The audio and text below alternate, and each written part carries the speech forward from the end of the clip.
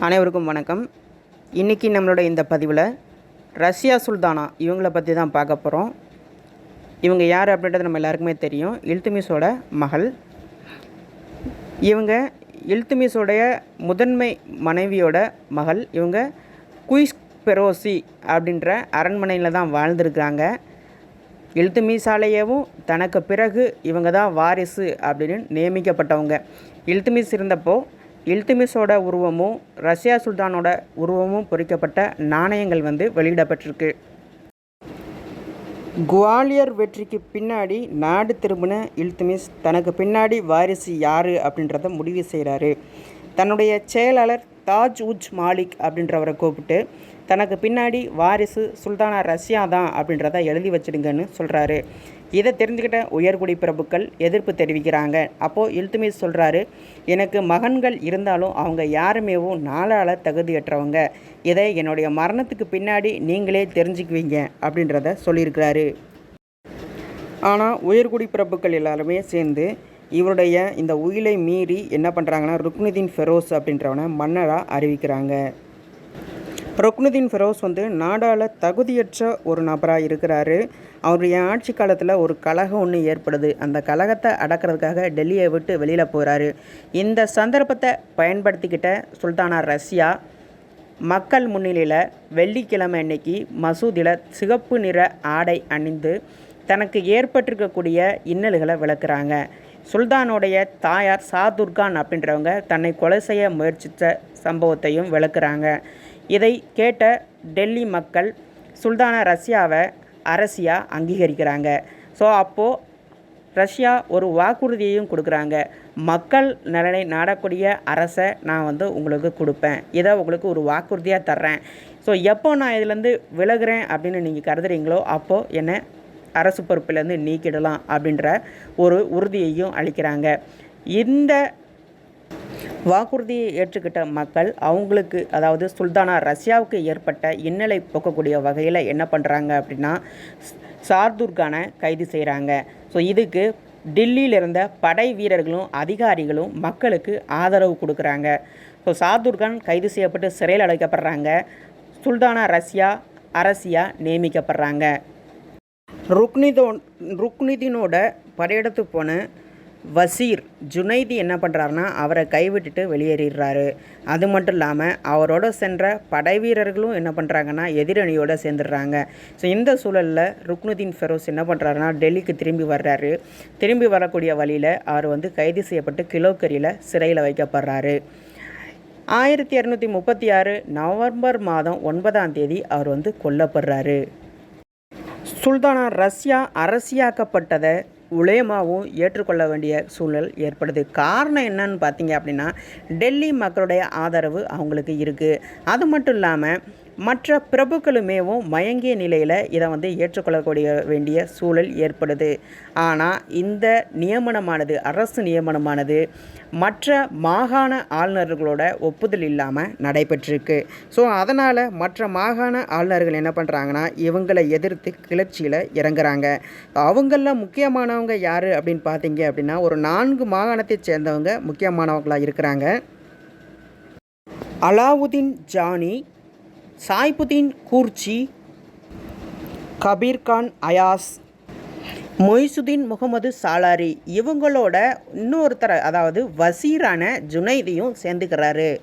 இந்த கலகக்காரர்கள்லாம் சேர்ந்துட்டு டெல்லியை தாக்குறதுக்காக படையெடுத்து வர்றாங்க. ஆனால் டெல்லியோட நிலைமை முற்றிலும் மாறுபட்டதாக இருக்குது. படை வீரர்கள் மற்றும் பொதுமக்களுடைய ஆதரவு சுல்தானா ரஷ்யாவுக்கு இருக்குது அப்படின்றத தெரிஞ்சுக்கிட்ட இவங்க டெல்லிக்கு வெளியிலேயே தங்களுடைய படை முகாமை அமைக்கிறாங்க.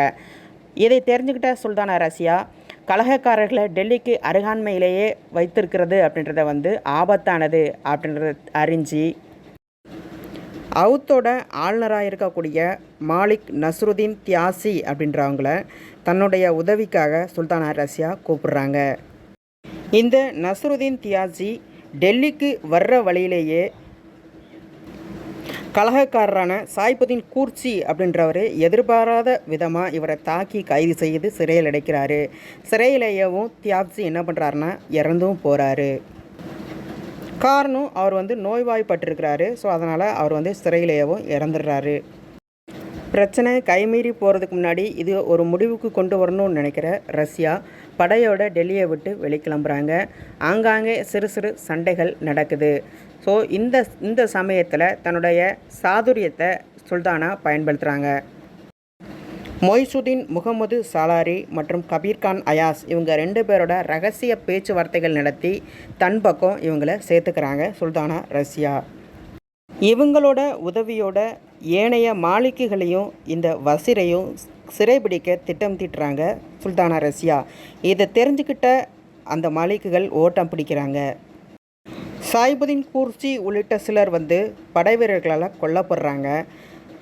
முகமது ஜுனைதி சிர்மூர் காட்டுக்கு தப்பிச்சு போய் அங்கேயே காலமாயிடுறாரு. பிறகு அலாவுதீன் ஜானியும் கொல்லப்படுறாரு.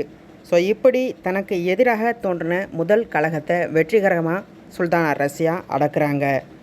வரலாற்றில் சுல்தான் ரஷ்யாவோட பேர் எப்படி இடம்பெற்றிருக்கு அப்படின்னு பார்த்தீங்க அப்படின்னா, சுல்தான் ரை ரத் அல்துனியா வவால்தீன் பின்ட் அல் சுல்தான் அப்படின்னு தான் இடம்பெற்றிருக்கு.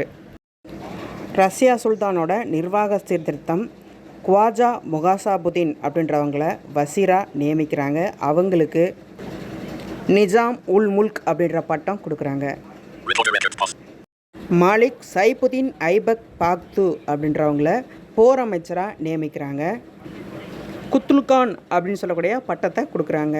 இவர் இறந்த பின்னாடி மலிக் குட்புதீன் ஹசன் கோரி அப்படின்றவங்க படை விவகாரத்துறை அமைச்சராக நியமிக்கப்படுறாங்க. அரசுக்கு ஆலோசனை கூறும் வகையில். கபீர்கான் அயாஸுக்கு லாகூர் இக்தா மானியமாக வழங்கப்படுது. அடுத்து அரண்மனை அதிகாரிகள் 2 பேரை நியமிக்கிறாங்க.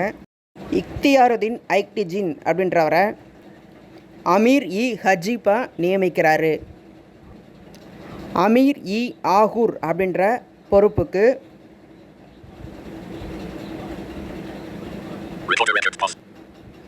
மாலிக் ஜமாலுதீன் யாகூத் அப்படின்றவரை நியமிக்கிறாரு. அமீர் இ ஆகூர் அப்படின்ற பொறுப்பு லாயங்களுக்கு பொறுப்பாளர் அப்படின்னு பொருள்.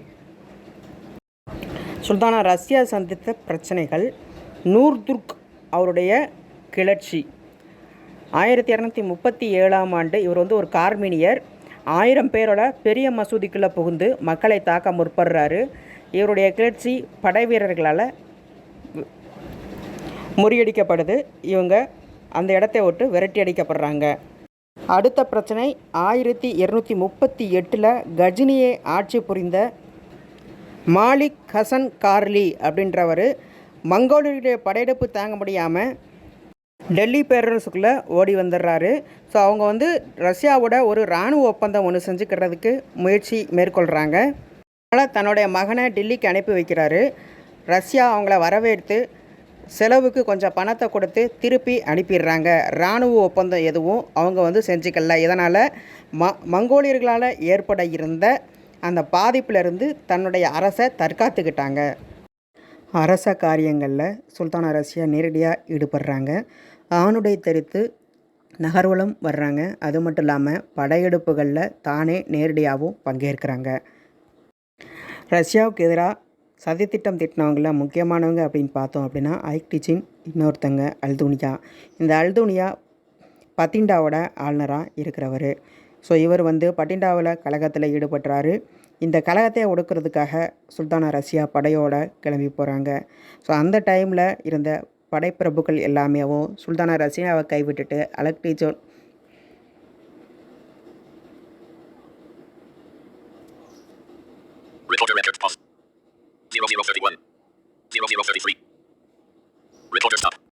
ரஷ்யாவுக்கு எதிராக கிளர்ச்சி சதியில் ஈடுபட்டவங்க யார் அப்படின்னு பார்த்தோம் அப்படின்னா அல்தோனியா. இவர் பத்திண்டாவோட ஆளுநராக இருக்கக்கூடியவர். மற்றொருவர் அலக்டிஜின் அப்படின்றவர். ஸோ இந்த அல்தோனியா கிளர்ச்சியில் ஈடுபடுறாரு. இதை அடக்கிறதுக்காக சுல்தானா ரஷ்யா படையோட கிளம்புறாங்க. இவரோட படைப்பிரபுக்கள் எல்லாமேவும் இவரை கைவிட்டுட்டு, அதாவது ரஷ்யாவை கைவிட்டுட்டு கிளர்ச்சிக்காரர்களோட கை கோர்த்துக்கிறாங்க. ஸோ அப்போது யாகூத் கொலை செய்யப்படுறாரு. சுல்தானா ரஷ்யா கைது செய்யப்பட்டு அல்துனியாவோட சிறையில் அடைக்கப்படுறாங்க. அதனை அடுத்து மொய்சுதீன் பகரம் அப்படின்றவங்க அரசராக 1240 ஏப்ரல் 21 அன்று முடிசூட்டப்படுகிறார். நாயப் இ மம்லாக் அப்படின்னு சொல்லக்கூடிய ஒரு பதவி புதுசாக கிரியேட் பண்ணப்படுது. அதாவது துணை சுல்தான் அப்படின்னு பொருள். ஸோ இந்த பொறுப்பு யாருக்கு வழங்கப்படுது அப்படின்னா ஐக்டிஜின் அப்படின்றவருக்கு தான் கொடுக்குறாங்க.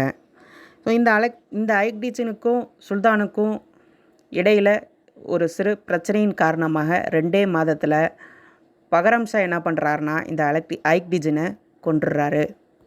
தனக்கு ஏதாவது பரிசு ஐக்டிஜினால் கிடைக்கும்னு எதிர்பார்த்துக்கிட்டு இருந்த அல்தூனியா இந்த சம்பவத்துக்கு பிறகு என்ன பண்ணுறாங்க அப்படின்னா சுல்தானா ரஷ்யாவை திருமணம் செஞ்சுக்கிறாங்க. இதன் மூலமாக தனக்கு ஆதாயம் கிடைக்கும் அப்படின்னு எதிர்பார்த்து இந்த சுல்தானா ரஷ்யாவும் அல்தூனியாவும் சேர்ந்து டெல்லியை தாக்குறதுக்காக புறப்படுறாங்க.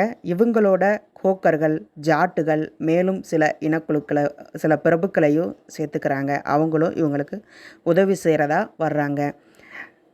கைத்தான் அப்படின்ற இடத்துக்கு வந்ததுமேவும் இவங்களுக்கு உதவி செய்கிறேன் அப்படின்னு சொல்லி வந்தவங்க எல்லாரும் இவங்களை கைவிட்டுட்டு போயிடுறாங்க.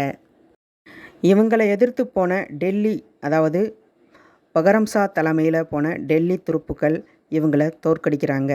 எப்போ அப்படின்னு பார்த்தோம் அப்படின்னா 1240 அக்டோபர் 13. இதுக்கு மறுநாள் அல்தூனியாவும் ரஷ்யாவும் இந்து கொள்ளையர்களால் கொலை செய்யப்படுறாங்க.